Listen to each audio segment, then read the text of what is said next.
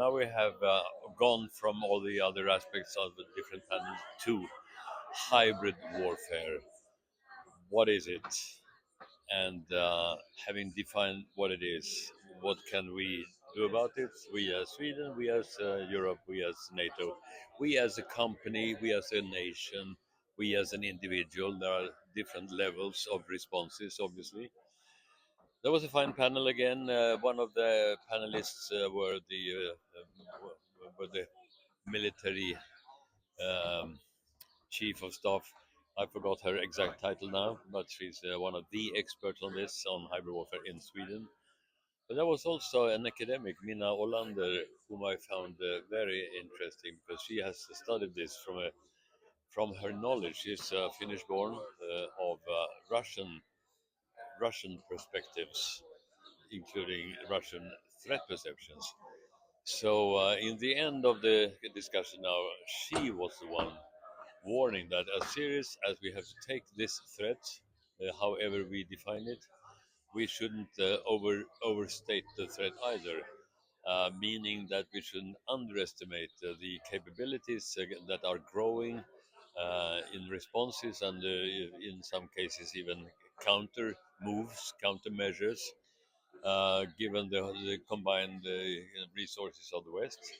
So maybe in the end, Russians will feel that it's not worthwhile any longer to try to compete with it because they will be made to suffer rather than make gains. That was an interesting final note from one of the panelists.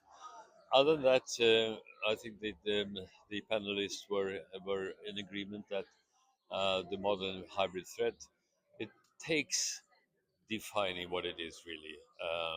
Whereas one is saying also that spending too much time defining it is like defining something, and spending time with something less useful because it becomes an oral exercise.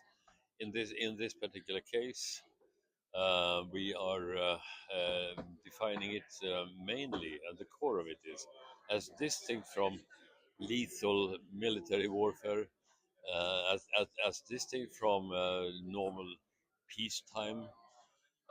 There is a tendency for the Russian use uh, directly or indirectly of hybrid means as a means of uh, extending aggressive intentions towards the West.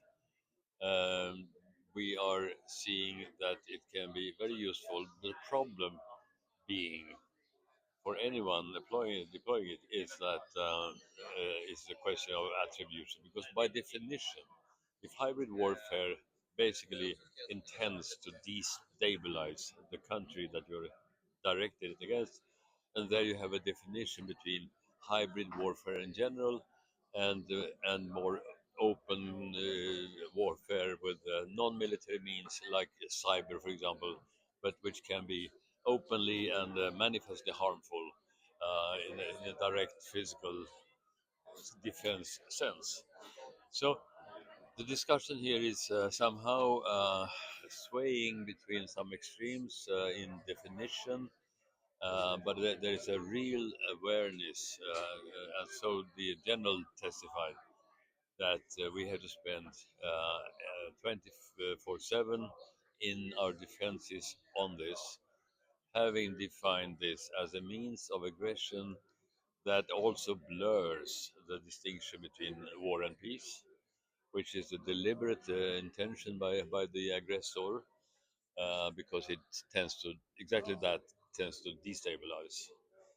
And then you have the question of relationship between state actors and organized crime, uh, separately or working hand in hand, so to speak.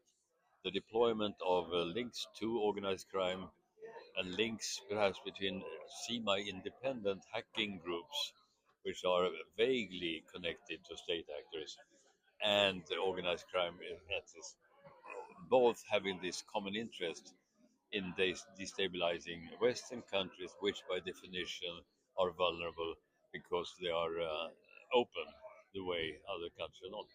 So, a fascinating state of the art, state of the current situation as we try to define further where we are heading in this blur between war and peace in Northern Europe. So that would be my takeaway.